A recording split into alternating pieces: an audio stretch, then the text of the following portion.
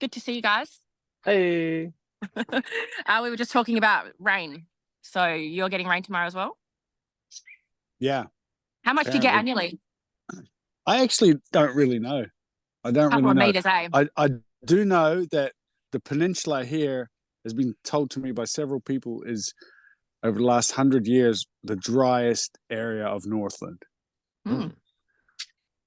But yeah, we've got 2 creeks on the property that never stop flowing. I've been here through a pretty heavy drought. Oh, sweet. Yeah, we get about a meter here. I had to look at that though. I didn't know. I presumed it was somewhere in there, but yeah. Yeah, so I was saying earlier, we should get around 600 to 800 mil a year, but this last year we've got about 170. Wow. That's shocking. So let's talk about that thirsty. Silvopasture idea you've got, Sjoerd. Because how cool would it be if, while you guys are doing it there, I'm implementing it here, and we can see how we can do an arid, semi-arid Silvopasture. Yeah, that'd be so exciting. I'm not going to name any names, but I met up with somebody who monocrops yacon, and he's been getting very, very interested in syntropics. But last night over a burger, we were talking about the options of, let's say the lots of benefits that come with also grazing beef alongside your agroforestry system, just so many. We can go into them all. But, and you saw that firsthand in Costa Rica, hey? Yeah. And I'm seeing it here. I don't have a lot of cattle, but this shit's very helpful, and also to keep other things down, and But what I learned mostly in Costa Rica is what Scott Gallant said, and he says with the cows in nature, there's often what they call what do they call it? Intermittent disturbances. Intermittent short disturbances. Yeah. And you can create that so well with cattle or pigs, or both, or goats. And yeah, I'm just starting to play with living fences, which is something that I saw everywhere in Costa Rica. And you can also put electricity on those, obviously. But yeah, it takes a while to set it all up. But you can also use movable fences. There's so many options. But in nature, which is what we're trying to mimic, there's often these huge disturbances, right? Whole herds of bison come through, or whatever, in the savannah, all sorts of animals, elephants knocking stuff over, monkeys swinging through trees and pruning branches. And these are the disturbances that create a huge growth hormone spurt throughout the system. So yeah, I've been seeing it with the parrots and the various cycles of aphids or any other pests that come through after the canola or wheat have cropped. And you'd look at the tree and think, oh no, it's gone. It's completely gone. It's been defoliated completely. And then as soon as it warms up, the growth that comes out of that is unreal without having to do anything. So to have that on a larger scale with ruminant animals that we could then use to have our own milk and our own meat is very appealing to me, and something I want to crack. We had the very severe droughts in WA last year, but then in the north, where a lot of our warmer climate is, they had floods. So we didn't have feed for most of the state's livestock. And people, it's so weird to have these mixed pastoral lots where one field is for cropping and then one field is for livestock, but then they're buying in feed from someplace else instead of just using the shit they're growing in their paddock to feed the livestock, because everything's exported. So it's to be able to marry those two together and to be able to have a truly, I don't like the word self-sustainable, but community sustainable feed and food. Yeah. And Like- if you think about your area, India, where it's so super dry and hot, right? These living fences also create shade for the animals. They create more fodder. I mean, you've got blinking kilometers of it, right? Yeah. And also with the shade comes better shelter for the grass to also grow, you know? And there's just so many benefits. It's so silly to put chemical posts in the ground to keep your cattle out of So something. when we're talking about the living fences, you're talking about specifically using species that can be utilized as fodder. Yeah, why not? I mean, that would make sense, right? To also get that extra benefit out of Yeah, because what I found interesting about that, was it Fina Linca Nueva that you guys went to that had the pig Luna in system? the way. Yeah. How they were pretty much designed this entire system around the digestive tract and, you know, nutrient requirements of a pig. So that was a all-in-one medicinal, as well as feed, as well as shelter. Were they getting any fruit for themselves, or that was all just for the pigs? It was incredibly enough, almost all for the pigs is what I got out of it. And yeah, it just again shows also that the amazing ethics behind Luna Nueva, that they would go through such extent to create a natural environment for a couple of pigs. Yep. And I thought that was so amazing.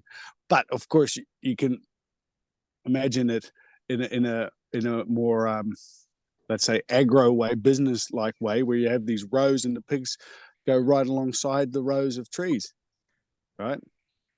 Yeah, I saw a horrific little meme or news story about the Chinese pig factories that they're building in America. And they look like a car park. They look like a 12-story car park, and there's like 1 million pigs in it. Oh my And- god. Shocking. If you actually go to most supermarkets in Australia, and I'm assuming New Zealand's the same, you have a look, and none of the pork that you're buying on the shelf, none of the bacon is from Australia. It's Chinese.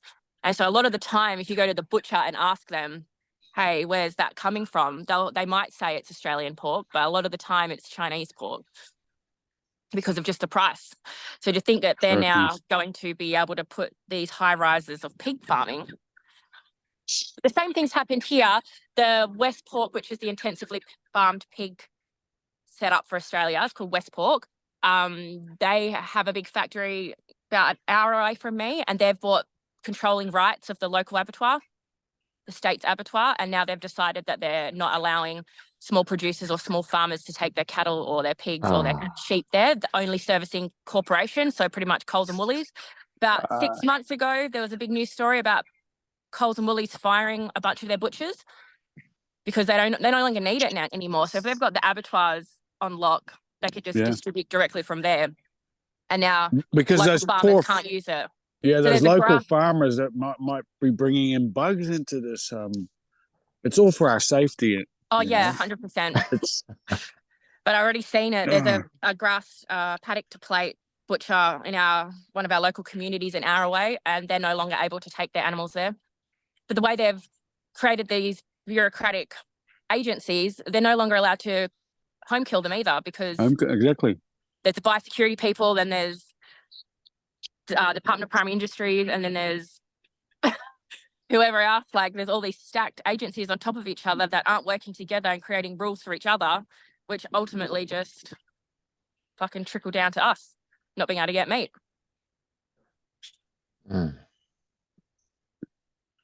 Yep, and this is why food sovereignty becomes so important. Yeah.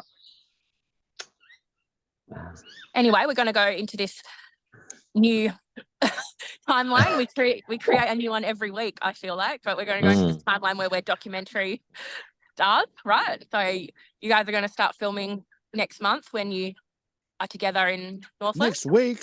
Next week. Hey, man, 6 days away. Luke will be here, and then we got several very cool projects lined up that we're going to be, I guess, working on together and discussing different options, and then relating it back to India and checking it into a podcast or something.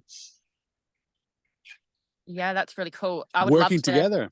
be doing that in synchronicity with you guys, because we've all got the same kind of install periods. You're more heavy in the spring, I'm more heavy in the autumn, but that gives me six months to source the seed, the ideas, get the living fences organized. I've still got probably 100 Tagastaci in this secret spot on the side of the road that I'm going to go harvest. And if I pop them up, I was looking the other day on Marketplace, it's bloody miserable, the options of plant material that I can get. And that's why it's taken me 2 years to even get to a point where I feel like this is my first real spring in agroforestry. If I could plant up 100 of those, shit, there's the fences done. Yeah. Awesome, eh? Yeah, man. It's so good.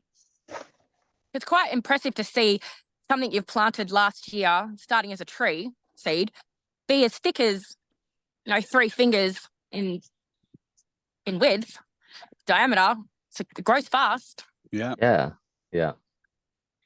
I mean, I'm sitting here in amongst these trees. November 7th, they will be 2 years old. This system here. Unreal. And yeah, there's an actual canopy.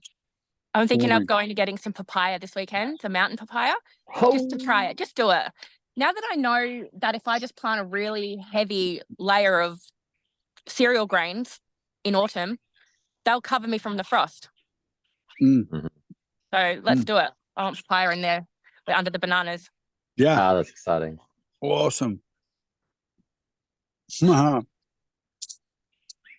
Yeah, and I think also around these installs that we are going to be doing over here in New Zealand, it's such a great movement to get a couple of guys together, and girls, of course, and just smash out a bunch of work. It's incredible what you can do in a day. And this mountain that people are looking up against, like, oh my God, I so badly want a food forest, but where do I start? You come in with 3-4 people, man, and in a day you can do so much. Yeah. Get these projects moving forward. It's cool to be on the same wave as you guys and James from Simply Syntropics, and to be able to see our systems all at the same age. We've all got these 1- and 2-year-old systems that are now unbelievable for others to look at and go, fuck, if I had started when you started, I would have this. Yeah. Absolutely. It's incredible how this works, just following the rules of the forest, just walking in line with her and observing. Yeah. Well, that tree that I was sad about, that had hurt my shoulder, my wrist and my elbow, well, they don't hurt anymore, and it's putting on new growth. So can't wait to see how it creates a new shape. It's already reaching up and looks like it's dancing towards the sky, where before it looked really sad and bending down. And it's incredible what a bit of warmth and time can achieve. So cool. Luke, you've been awfully quiet. What have you been up to? Oh, not too much. No, it was just a late night last night. Like accumulating some late nights in a row, and I got a little bit of a sleep in today, but yeah. I know, just kind of thinking about packing, and then I kind of left the community garden last night. That was just too much, kind of like, that was just one of them. I was just too much. I put in a little Syntropic row, and then one of the ladies was like, I don't really want those trees in here, and all this kind of jazz. And then we had like a big meeting, and they're like, cool, you can keep your trees. And I was like, okay, cool, like I'll keep them maintained and pollarded. And then that gives us the opportunity to, just have that dialogue with that tree and then play around with it. Then I got a text yesterday, a week later, and she's like, no, you got to, remove those trees. And I was like, okay, I'm not going to play this game. Wow, that's really disappointing. Yeah. But there's another community garden that we volunteer at that I might just put more focus into there. They seem a bit more forward thinking with it. And they're like, they want to try a food forest out. So it's just a little bit further out. So it's like a 20-minute bike ride as opposed to a 2-minute. So I really had a lot of eggs in that 2-minute bike ride basket. Yeah, I was meaning to ask you, do you not have a license? No, I Yeah, don't drive. right, that makes sense. Yeah. Because that would be, I mean, you could do anything you wanted with Tim at the Macca farm. Yeah, that would be pretty cool. I might get it. In the beginning, I was like, it's probably safer for everyone else if I don't have it, and I just continue on with public transport. But that now you want to come and see other places of Australia and New Zealand, and it's a bit of a drive between Perth and my place, and I'll have to get it. Yeah. Yeah, I was a big advocate for transport, and then they moved they changed the price for public transport to 50 cents each so way. amazing. And I was like, oh my god, Scooter's been going everywhere with it. It's been fantastic. Yeah, it's like $10 just to get one way to Perth City. Brutal. Yeah, that's pretty amazing. Yeah. So, or you could like do what Tim did and just write some letters to people who have cool looking gardens that you're like, I could enhance this. I had that conversation with him when he said he just sent a letter off, and now he has all this room to play with, and I was like, oh my god, that's incredible. I would love to do that. So it's inspiring because there is some people around here that have some pretty cool yards. So I don't know, we'll see. What? So just throw a letter in the mailbox saying, hey, I'd love to. Yeah. That's what Tim did. He wrote a handwritten note to that owner of that farm, and now he's there every day doing whatever he wants. That's awesome. So sick. Yeah. True Syntropy. Right. I saw the farm that went right across the road from me. It's 1,000 acres, I think. They got portioned up into 2 blocks and sold last year. But I was driving to town to get milk yesterday, and the pastoral side of it is up for sale again. So they've because of the sheep ban, the export ban, I guess it's not profitable, and they can't crop there, and they're very heavy chemical farmers, cropping farmers. So I guess they've sold that portion of land, but I keep looking at it going, fuck. How much is it? I haven't been able to see. I'm gonna have to go to elders, and it's like one of those, they don't put it online. You have to contact the regional agent. I'm sure it's at least $500,000. Yeah. But it's obviously only it's never going to be cropped. So it's never been cropped probably. So it's probably not too bad, although it is like where all the runoff goes. Runoff from what? Dairy? Nah, cropping. Oh, right, yeah. I keep saying to my friends when I go up to Perth, they're all fucking loaded, and what are they doing with their money? Like, come on, let's start this commune. You guys, let's each put 100 grand in. We could buy a pretty sick property. You can have your festivals on it. Let me grow food. You can keep working in the city. It'll start with a handwritten letter. It's just a win-win-win. All right, I'll write the letter. I'll write the letter.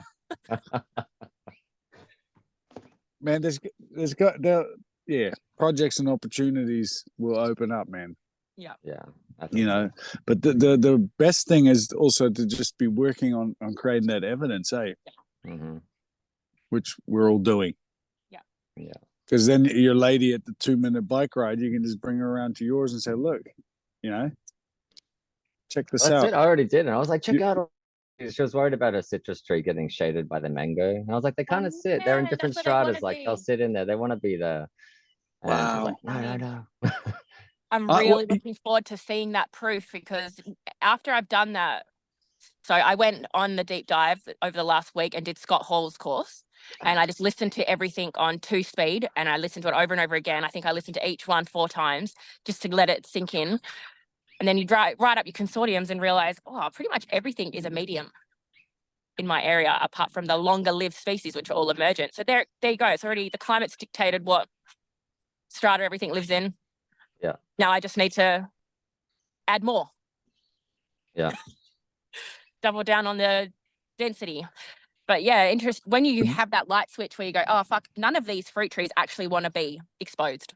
None of them. Exactly. And that's how I always explain it to people, is like, hey man, never on this planet has a tree emerged in a paddock the way orchards grow fruit. It's just not, it's completely against nature's rules. Like it just wouldn't happen like that. And that's what we're imitating, and that's why it works. Yeah. And that's why the trees love it, the fruit love it, of course, because you're doing it the way nature intended it to be. Yeah, playing with No one can argue deciduous with is that. where I'm really getting excited when all these deciduous tree seeds come. I think that's the missing link for us here, is using too many eucalypts or using too many evergreen species. We're not getting that sunlight in winter when we need it.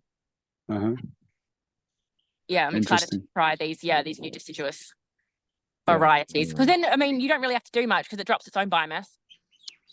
Yep. That's very cool, eh?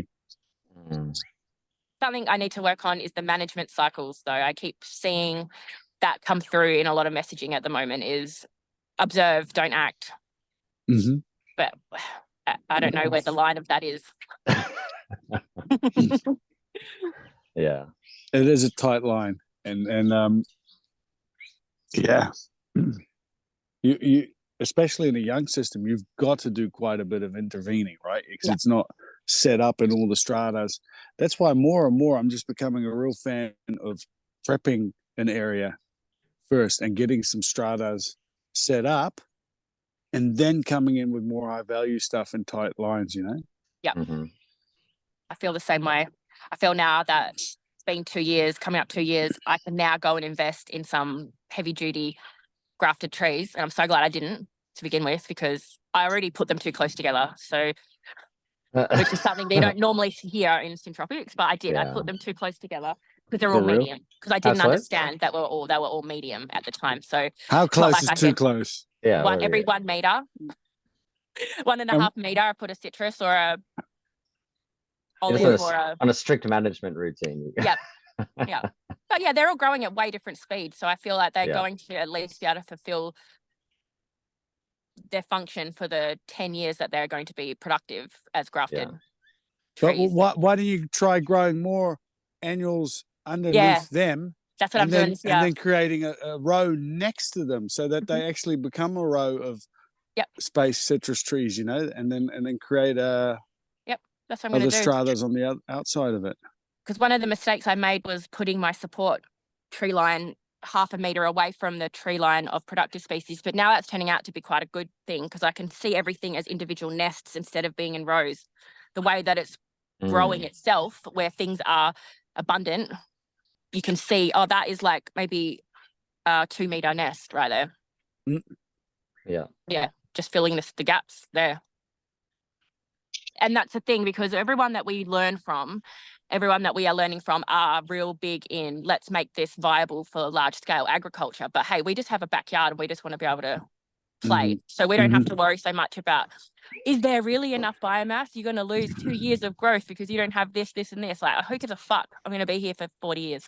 Oh, yeah. You know, on that note, I'm just going to keep talking, Luke. I'm going to take you for a little walk to show you something here on my property.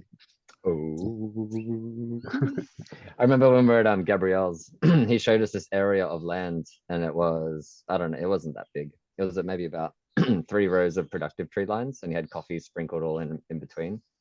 And he called it his museum of sin. And he's like, I'm ashamed of it, I'm proud of it, and I like showing people.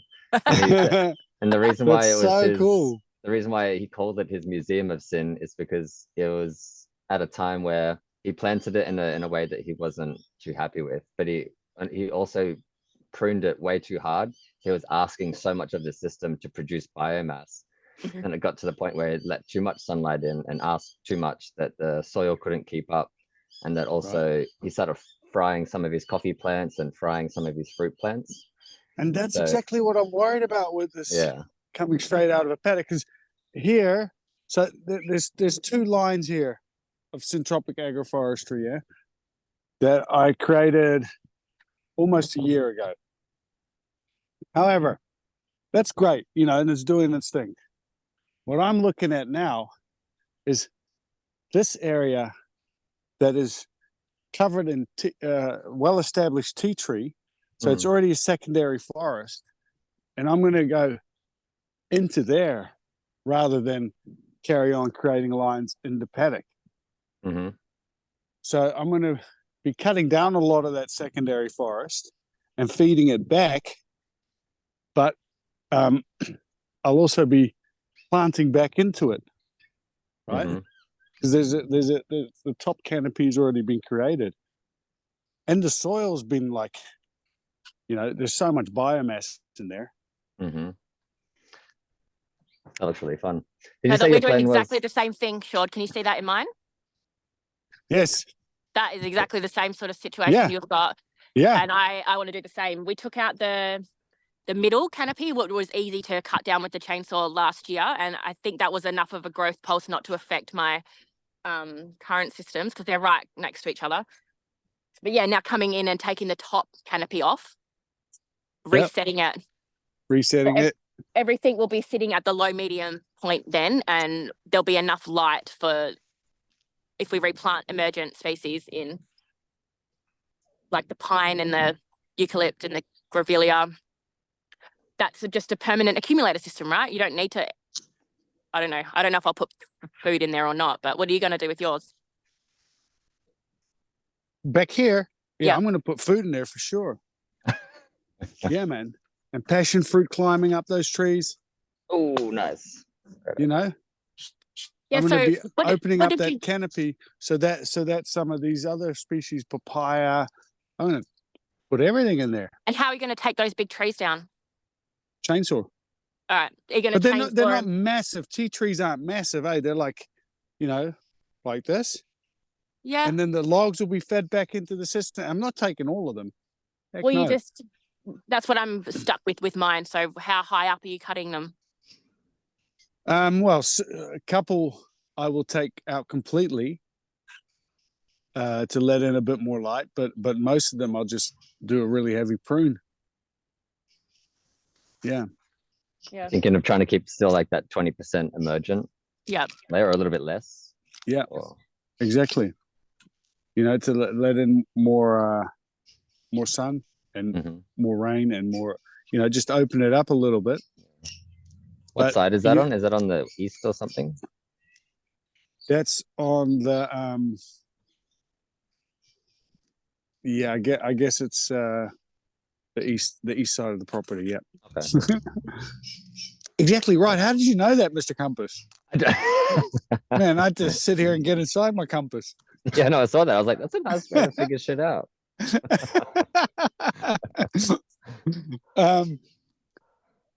So what do you think you'll start with, Sjoerd? Because you don't irrigate, right? You've got a non-irrigated site. I've got a non-irrigated site. Up there, though, actually, that part, there's my grey water system running through there as well. So even better. I was told first that I couldn't plant there, but I've been speaking to the company and they said I can plant all through there. So perfect. And but I also have another one on the more northeastern side. And I started in that little tea tree patch last year already by planting some loquats and some passion fruit. The passion fruit didn't really take off. I didn't create enough sunlight, I don't believe. And some bananas I've planted in there and some willow. So, yeah, just slowly chipping away at these areas because I'm not fully set up to let the cattle graze through these planted areas. I want to keep as much as my grass as well, you know, at this stage. How have you been chipping away? Like when you said you planted the loquats and whatnot, have you been kind of doing rough nests or like rough lines or like with those nests or lines in mind or?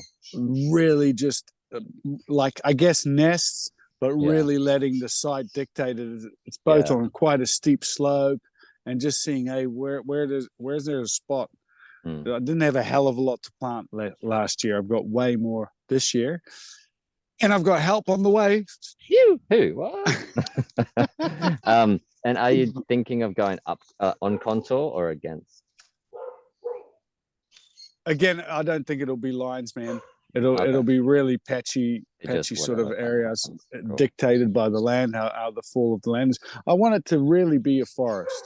You know, I don't need a really easy manageable agroforestry system that you know is going to be a business.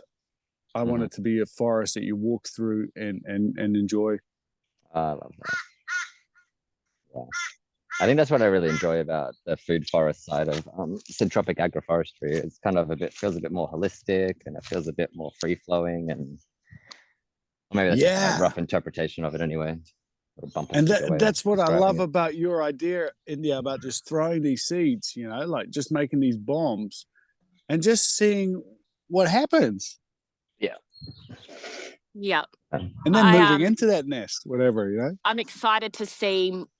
I didn't take notice last season as much about the propagate, like the material that I have on my own site. So I didn't capture enough seed pods from plants that I could have. So I'm watching them all come in now and just rubbing my hands together, thinking, fuck, I can't wait to be able to just throw 100 acacia seeds in a line or dump it in a big pit and wow, go hard. Yeah. Like, who cares? Yeah. Love it. Love it. And then you just got this thick wall that you can play with. It's interesting to see, though. I mean, I've got quite a few eucalyptus species on my property, and only one of them I ever find little saplings sown. So I don't understand the dispersal method of some of these other eucalyptus trees, and if the seeds are just sitting on top of the soil and never making it into, or maybe the allelopathic or the drip zone around certain eucalypts are affecting the ability, but others are just everywhere. Oh. I just pick them out and drop them in and hope that they withstand the transplant, but it'd be much cooler if I could grow them in situ. Yeah.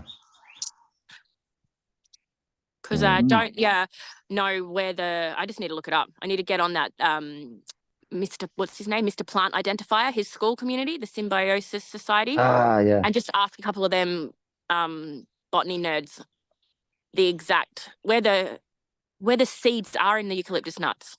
So they're almost too hard to crack. So do they need to be fired open or? Yeah, I thought they have to have the smoke. Right. Oh, really? And then they'll open up. But wow. I'm not too sure. Cool, eh? But a pain in the ass. Can't you just fucking grow? I don't want to have to do all that. Yeah. There was a Actually, plant in Brazil that self bloody ignites to get its seeds to go. That's kind of what the caster's doing. Yeah. Man, I couldn't believe that. Yeah. I've got some photos in my album, of this plant, and in the middle of the most driest area, you know. No wonder there's occasional fires, but they actually, cause a small fire on the tree. What? And then the seed is somehow fertilized through that or come out of its shell and drops to the ground. Amazing. How? That's so cool. Yeah, man. Man. Not a very big tree, you know, like middle strata.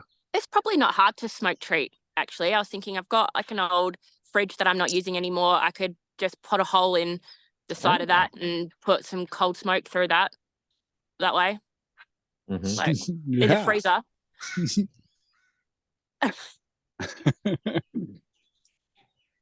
Have you seen much pine being used in agroforestry? So I'm thinking about pines for pine nuts, but also the black cockatoos like them. They also seem to grow really well here. But they rot faster. I'm not sure about how they get coppiced or if they can be.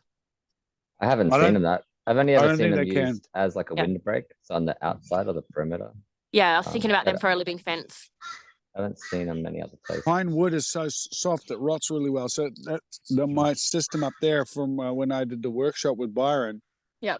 We chopped up probably 6-7 young pine trees, and you know, used the logs, used everything, and it's decomposing really quick. I noticed that yesterday when I was planting into mine. I used exclusively pine and that Grevillea silky oak robusta, and I probably went, full hand deep in building it up, and now it's just all dirt. There's no pine chippings in there anymore. Unbelievable. So I can't wait to get the mulcher out. Awesome, eh? We've got some massive piles of shit around here to mulch, but I'm just watching everyone else burn.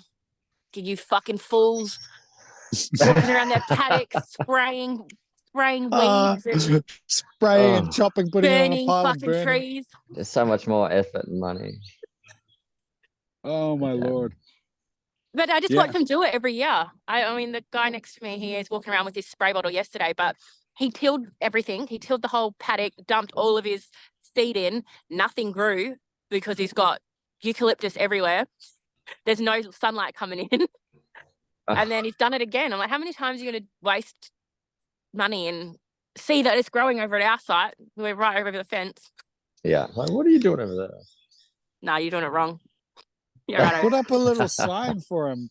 Agroforestry works. Contact me. Wait, that's a good one. You know, like what the heck? Like, it might, at best, get him to stop spraying right next to you. Yeah. If you get some understanding, because I just think people, they're being taught the wrong stuff, so you can hardly blame them, man. You know, these big companies are teaching them. You go to young farmers college or whatever, that's what they're teaching you. Yeah, that's the problem. People are too set up this society where people believe they need to go get a fucking degree to learn how to plant something in the ground. Yeah. And if you don't, then you don't know what you're talking about. Yeah. You haven't got the bit of paper that says you yeah, that's what I'm like dreading when I go, when we eventually get there, once the documentary takes off and we need to be on LinkedIn, we need our PR reps and stuff, and we have to start engaging with these corporations that have 5 environmental lawyers and agronomists and all the rest, and here we are just some bums who grew some trees in our Dirty bum. And there you go, the sites are the evidence. Yeah. And yeah, I mean, they you can't argue with the evidence. No. I'm inspired to get the mulch out now. We've got one more, half a day without any rain. God, it's good not having a baby this year, guys. I don't know how I did it last year. You could put the mulch on top of the soil after the rain. Yeah. As well, India, you know, to keep it in there. So let the rain hit the soil and then put the mulch on top. I will. I'll make a big pile. To help, lock it in. Interesting seeing the clay pit, because we did a experiment by accident. We didn't have enough seed. So I sow a bunch of cover crop mix along the berm that was newly created, left that for 4 weeks, then did another section, then didn't do any of it. And I can see the stages of growth and how it's recolonizing and how fast it's happening and what happens if you just leave it alone. It does it itself, maybe in twice the amount of time. But it's really cool to see that occurring, rebuilding the soil there, because they've dug it all up and it's just clay now. There's no topsoil. So rebuilding the topsoil from clay. I have a big topsoil pile. I just don't know what to do with that. I'm kind of saving that in case we do an install. That'd be a cool way to set the paddocks up, right? What do you mean? We got all the topsoil that they dug out from when we did the clay pit. Okay, and you want to put that on top of your paddock? In my paddock somewhere, when we plant the trees, the silvopasture. Yeah, right, yeah.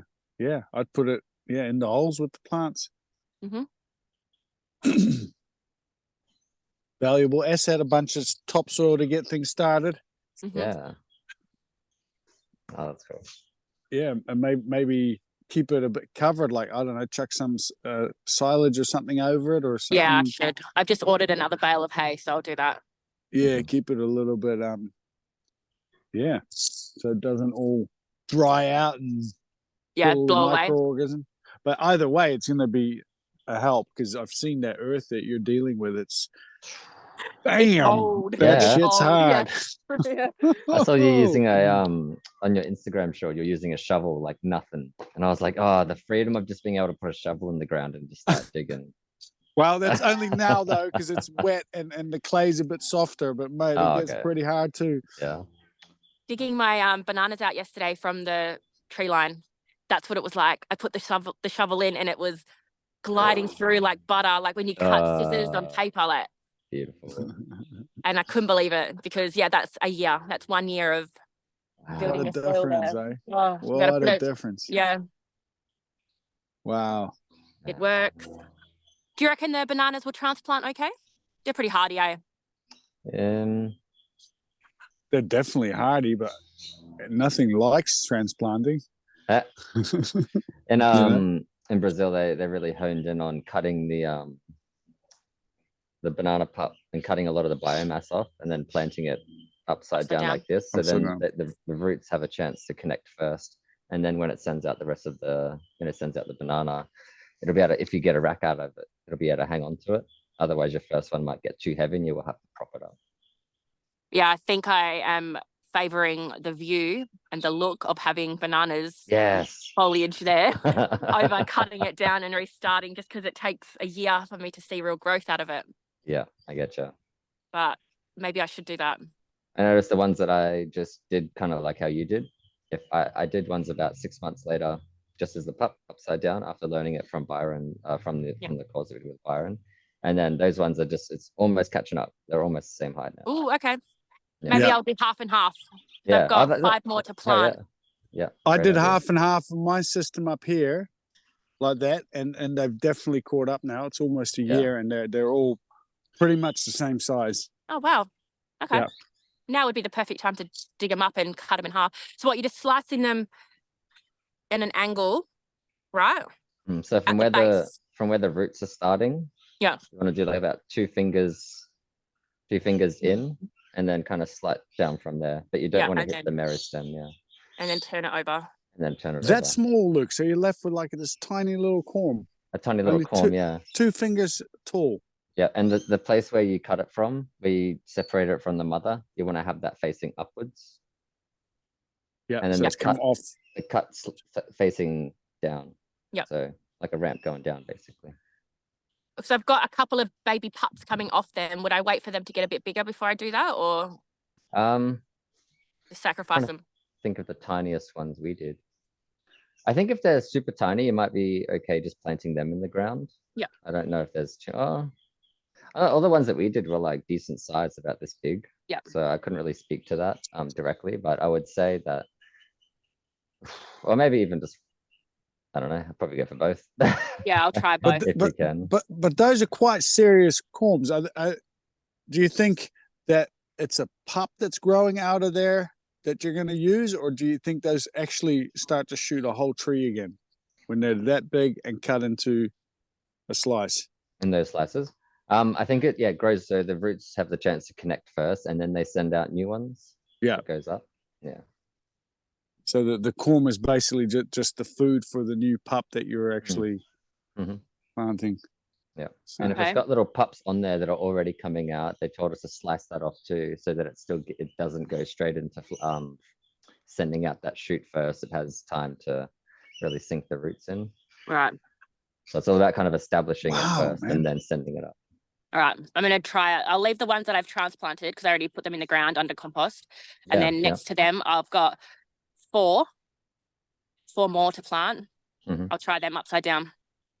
Yeah. I can't believe that 2 fingers off the roots. That's like... Yeah, so 2 fingers off the roots. A little bowl. Yeah. It's well, that's tiny, how small Chris, Taiwanese Chris was doing it. And I thought, whoa, that's small, but... Yeah. Wow. His takeoff.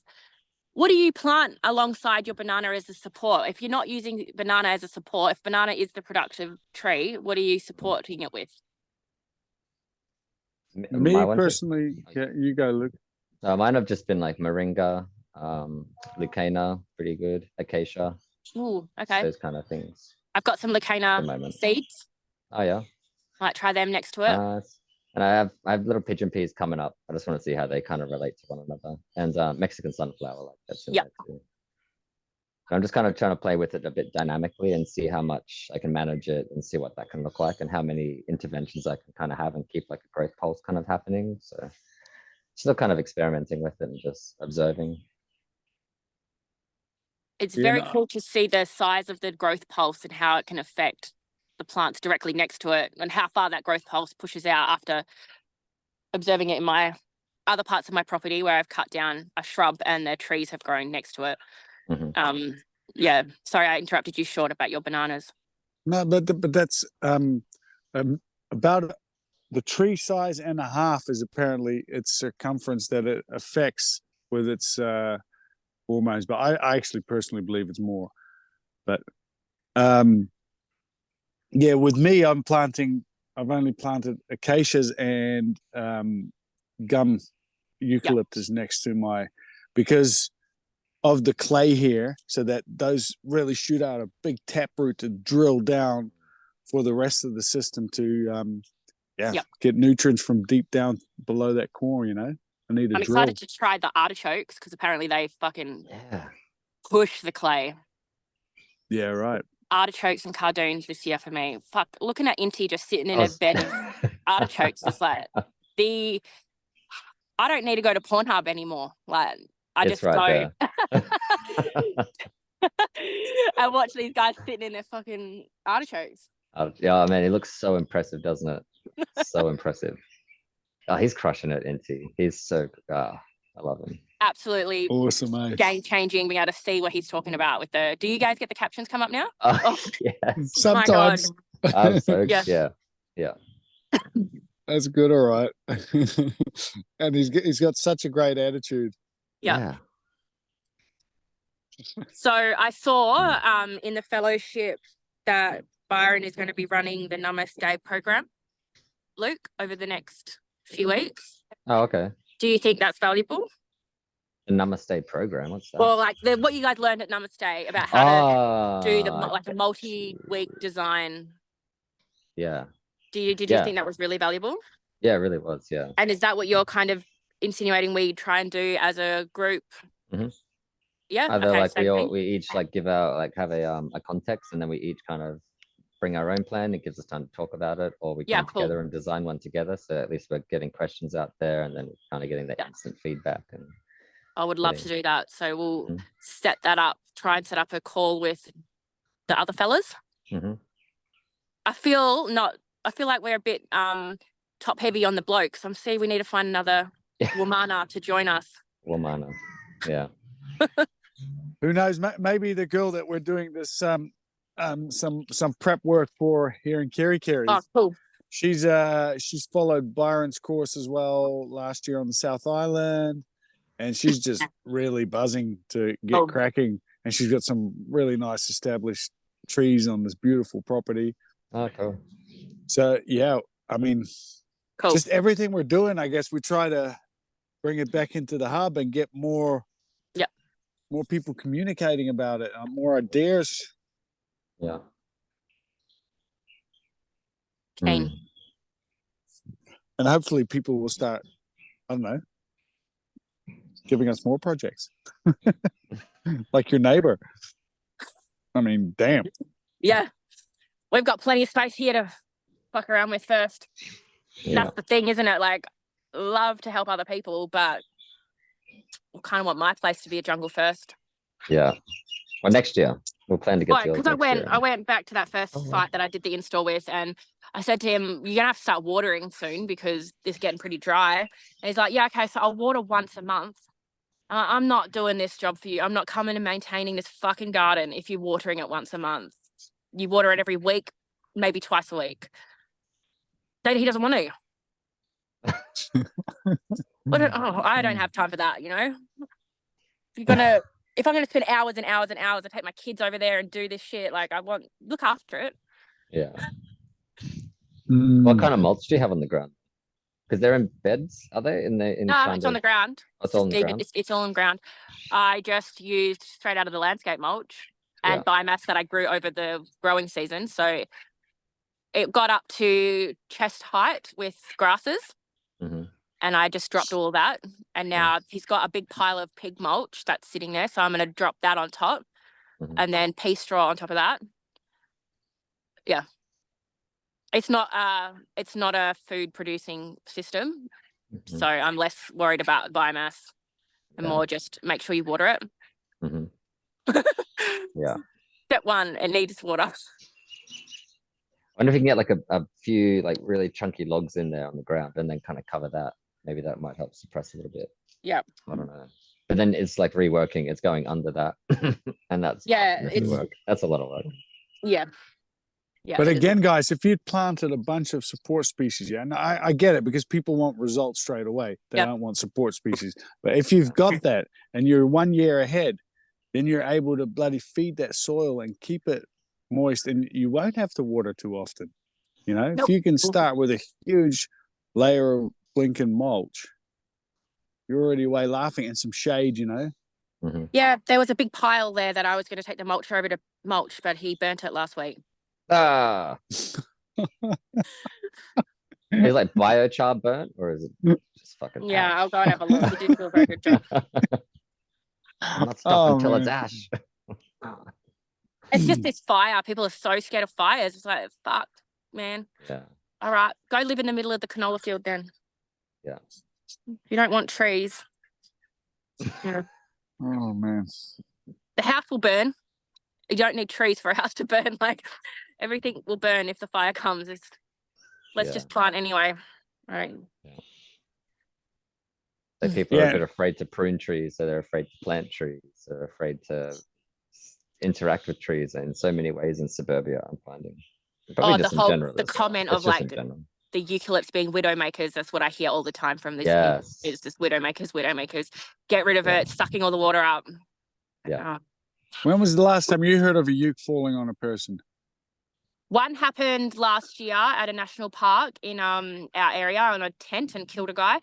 And I was talking to the fella who he was the main arborist for the Great Southern. So we have the very, very big 80-meter eucalypt forests down here, and he was managing them for the Shire and the council. And it got to a point where he's like, well, no one's getting trained in how to do this. So he worked with the TAFE, the Polytech, to create a course that structured around not just arbory, but also risk management and all the rest with those sort of trees. And now he's engaging directly with local business, the government and large business to do yearly assessments on the trees that look like they could pose a risk. Because they're liable. If someone gets killed in a bloody camping site, that's a litigation right there. Yeah. So I was talking to him about that, because as much as I don't want to do that, that's a very viable option for me. I've got 15 years safety experience with work health and safety law. If no one's doing that, I could sit with him for 6 months, get accredited, and then that could be me rocking around the scouts and the local national parks and the government and just ticking a box about a tree limb. Yeah, cut that one down, leave that one. Pay me fucking 60 grand a year for it. That'd be right, eh?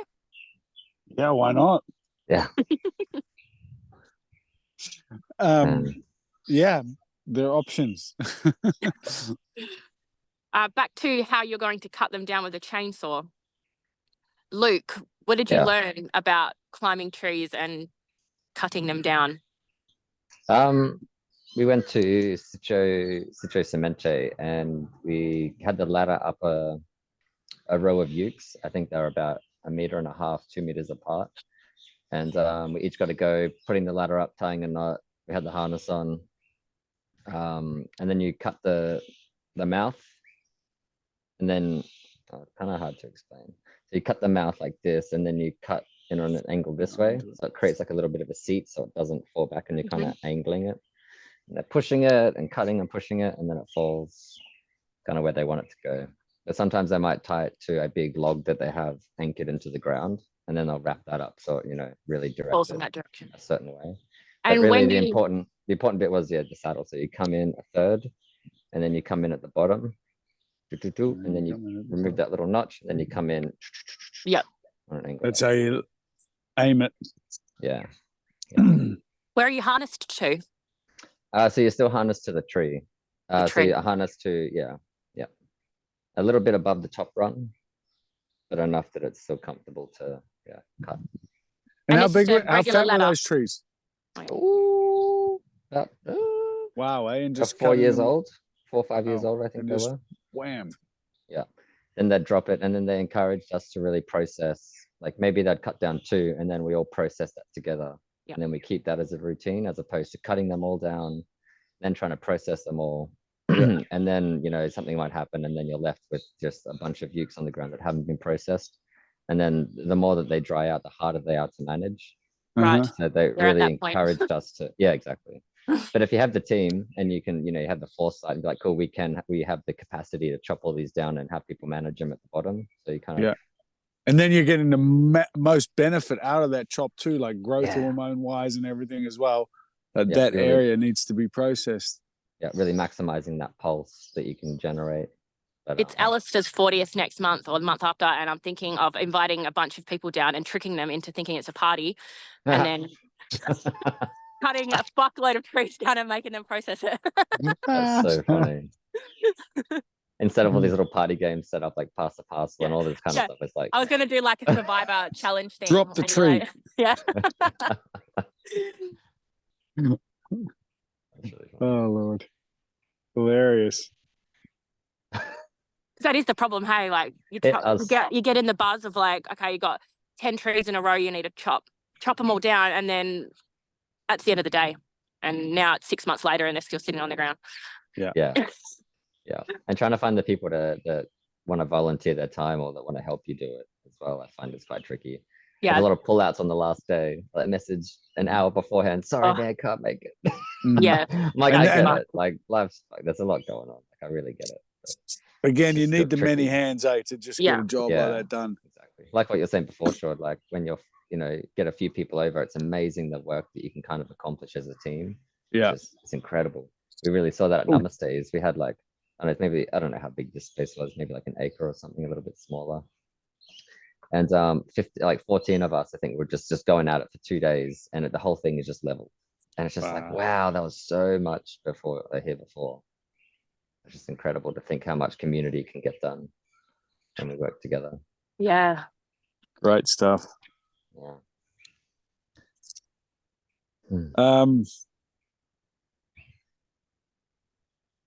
Yeah, I'm needing to get out of here pretty soon, guys. That's okay. Yeah, I want to go mulch now. Yeah, I'm going to carry on with my yak ones. It's perfectly an hour, so yeah. Oh, really? Hey. Okay. Yeah, it was good to catch up with you guys. Yeah, it was. Let's make a plan of action. Yes. Like this. Where are we going next? Are we doing this Are we going to focus on the Silvopasture thing? And let's see how we can. We've got a week, and then you guys will need to be recording in a very particular way for me to be able to tie it all together for you. And then I need to be doing something at the same time so we can join forces. Yeah. I don't know how soon we can get that project on the run. He was pretty excited, man. But there's 2 other projects that, we can basically start chipping into any time once Luke is here. Mm-hmm. Hopefully also the school project, but those ones don't really include Silvopasture. No, actually, although my other mate, he's got sheep, and we need to do something about them. Okay, cool. So, sounds good. Well, talk to you guys soon. Hey, awesome. All right. Great chat, guys. Yeah. Bye. See you soon, Luke. Bye.